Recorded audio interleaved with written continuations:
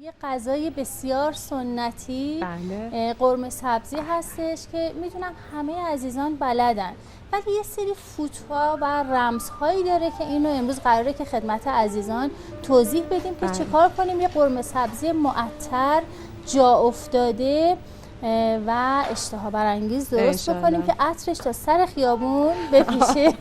اتفاقا نکته خیلی خوبی رو فرمودید. تقریبا همه بلدن که قرمه سبزی درست کنن. حالا این روزها که به لطف زودپس خیلی هم راحت تر میشه، اما قرمه سبزی خوشمزه‌ای که خونه مادر بزرگ و خونه مادر میخوریم هیچ وقت شاید تو خونه خودمون نتونیم تجربهش کنیم، که اتفاقا همون فوت و فناییه که شما امروز می‌خوایم به ما آموزشش رو بدید. خانم امینیان، اگر یه جشنواره قرمه سبزی درست کنیم بذاریم توی فامیل، می‌بینین هر کدوم با یه طعم و مزه درست می‌کنن. در صورتی که هم از مامان یاد گرفتن، از مامان بزرگ یاد گرفتن و یک مواد پایه هم داره، ولی سبک و مزه‌اش فرق. حالا من اون فوت رو ما از شما صمیمانه و مشتاقانه یاد می‌گیریم. خواهش می‌کنم.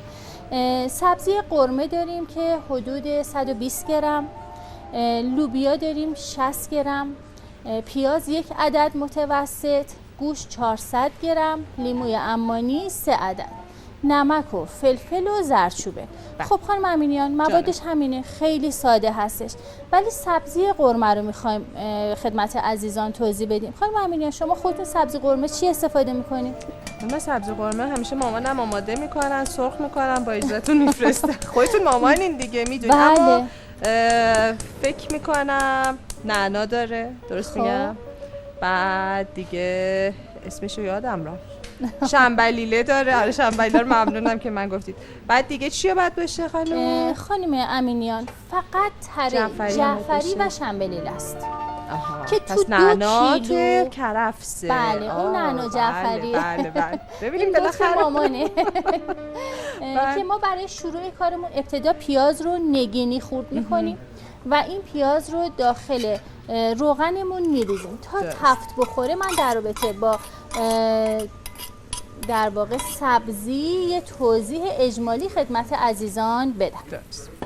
من یه سوال بپرسم، خدایی شما برای دختر خانمتون آماده نمی‌کنین سبزی قرمه رو بفرستین؟ چرا خانم امینیان؟ چون مثلا مامانا خدا خیرشون بده، به خصوص ما که شاغلیم، البته این دلیل نمیشه که ندونیم، ولی واقعا لطفشون همیشه، لطف همه شما مامانا همیشه شامل حال ماها هستش. بله. و خدا رو ان شاء الله سایتون رو همتون رو بر سر ما مستدام کنه. متشکرم.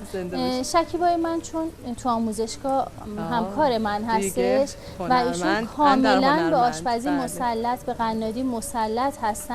این هستش که گاهن خب به هر حال ما سفارش میدیم، آماده میکنن میارن اونجا، بسته بندی میکنیم میفرستیم. آماده شده. حالا در رابطه با سبزی من یه نکته رو خدمت عزیزان بدم. خانم امینیان عزیزم، دوستان نازنینم، سبزی قرمه سبزی خیلی مهمه. عطر، طعم و اون جا افتادنش مربوط به خود سبزیشه. گفتین شنبلیله، جعفری و تره. خانم امینیان، ما 1 کیلو تره جعفری و شنبلیله رو در نظر میگیریم. 1 کیلو درست شد؟ بله. ما 1 کیلو هم بهش تره اضافه میکنیم. اون تره است که تو قرمه سبزی لعاب میده، عطر میده، طعم میده و اون در واقع حالت جا افتادگی رو، اون نکته طلاییش توی سبزیش هستش. و اینکه خوب خورد بشه. نیازی نیست که جدا جدا خورد بشه، اصلا به این کار نیازی نیست، فقط خوب خورد بشه که قابل شناسایی سبزی ما نباشه. تقریبا ساتوری بشه دیگه، درسته؟ بله. الان خیلی راحت شده دیگه. دوستان ما که کارمند هستن، حالا شاید به مامانشون هم دسترسی نداشته باشن، تو شهرستان باشن، تو مأموریت باشن، نتونن تو همون سبزی خردکنی که میرن سبزی بخرن، بگن که 1 کیلو سبزی قرمه که کشیدن 1 کیلو هم تره اضافه بکشن و این رو کاملا ساتور بکنن، چرخش بکنن با اون دستگاه ها یا با ساتور تو منزل خوردش بکنن و تفت بدن. خانم امینیان، اصلا نیازی نیست سبزی قرمه خیلی سرخ بشه، در حد تفت دادن کافیه. آبش که جمع شد یه مقدار روغن مخصوص سرخ کردنی بهش اضافه میکنیم و خوب تفتش میدیم. ولی قبلا یعنی به خصوص مادر بزرگا قائلن که حسابی باید این سبزی قرمه سرخ بشه که بعد در نهایت بتونه روغنم بندازه و رنگ قرمه سبزی رو تیره بکنه. آره تیره بکنه، ولی شما قائل به این موضوع نیست. خب ارزش غذاییش از دست بله من صرف ارزش غذاییش دارم عرض میکنم. خب قرمه سبزی ما اینجا تیره شده، اصلا نیازی به این کار نیست. این الان رنگ سبزیه که من آماده کردم. ببینید شما رنگ سبزی ما فقط در حد آبش که جمع شد تفت میخوره. حالا چرا روغن مخصوص سرخ کردنی ما که نیست اینو سرخ بکنیم؟ به دلیل اینکه وقتی بسته بندی میکنیم داخل فریزر میذاریم، فریزر رو آلوده نکنه، کثیفش نکنه، چون روغن مایع پس میده از توی کیسه فریزر خارج میشه، ولی روغن مخصوص سرخ کردنی جامد میشه وقتی میره داخل فریزر. به این دلیل هستش. در رابطه با گوشتمون، گوشت ها رو با تکه های بزرگ در نظر میگیریم. خورش قرمه سبزی رو ما هیچ وقت گوشتش رو قیمه‌ای خورد نمی کنیم. گوشت رو هم اضافه می کنیم بعد از اینکه پیاز ما سبک شد. سبک شد یعنی حالت شیشه‌ای بشه، چون در هنگام پختن خود پیاز هم لعاب میده به غذای ما. بله. خب گوشت رو اضافه کردیم، باز حرارت رو یه مقدار دیگه کم می کنم. زردچوبه رو اضافه میکنیم. زردچوبه هم رنگ بهش میده هم طعم میده. گفتیم قرمه سبزی با سیاه بشه و روغن بندازه. وقتی خوب سرخ میشه روغن میندازه.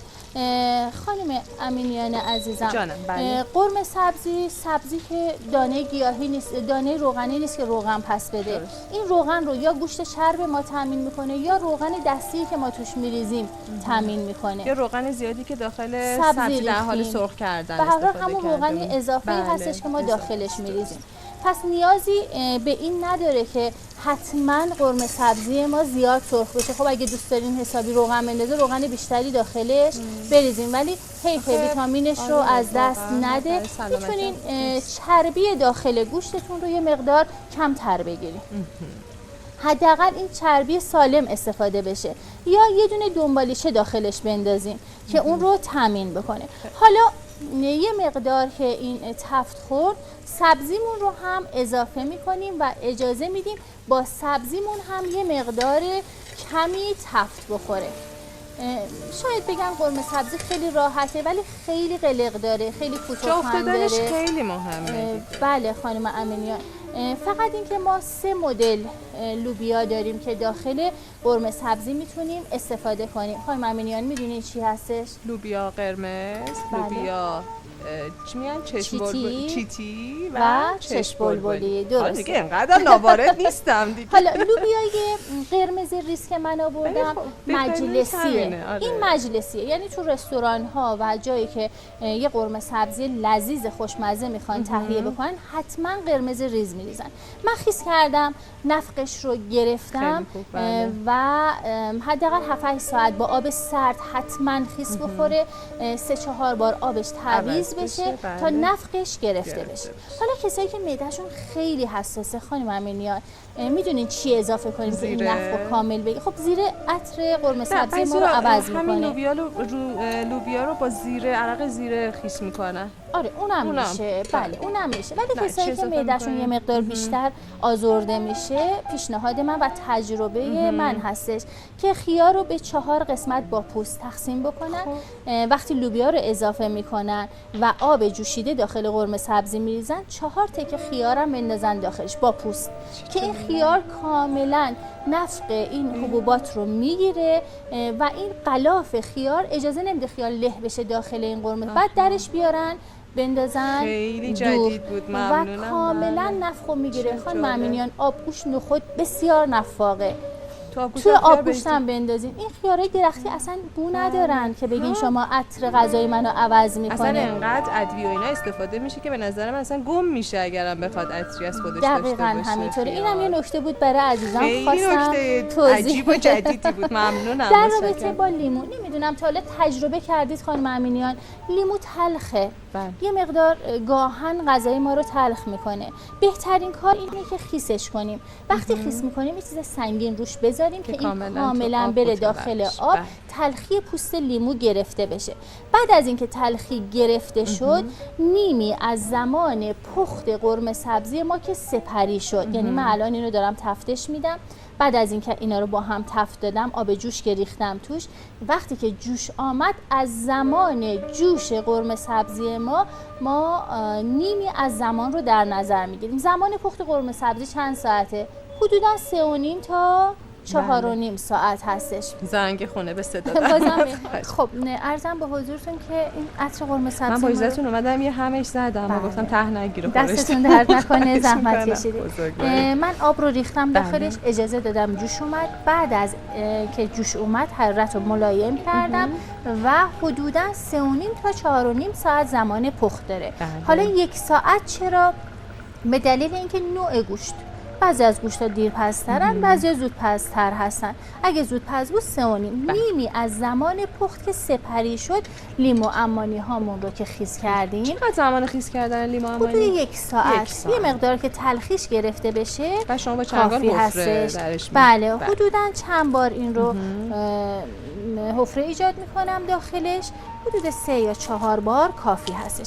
خانم امینیان، بعضیا میگن لیمو عمانی تلخه. خب من در واقع تلخی گرفتنش رو برای عزیزان توضیح دادم. اگر دوست ندارن عطر لیمو رو از طریق پوست داشته باشن، میتونن از گرد لیمو هم استفاده کنن.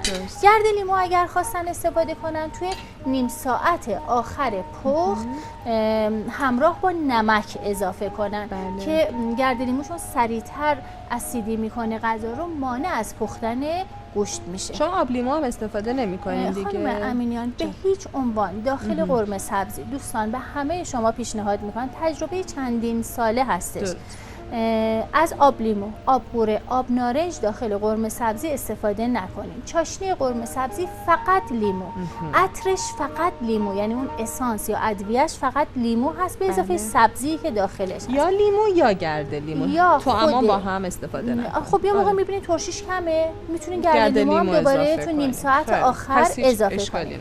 ولی اگر حالا بعضیا دوست دارن که از پره های لیمو هم استفاده کنن، اشکالی نداره. 1 ساعت مونده به اتمام پخت، پره های لیمو که پوست لیمو و اون پره های سیاه لیمو هست رو اضافه کنن. اون پرده سفید و اون هسته ها رو حتما دور بریزن، چون تلخ میکنه. درست.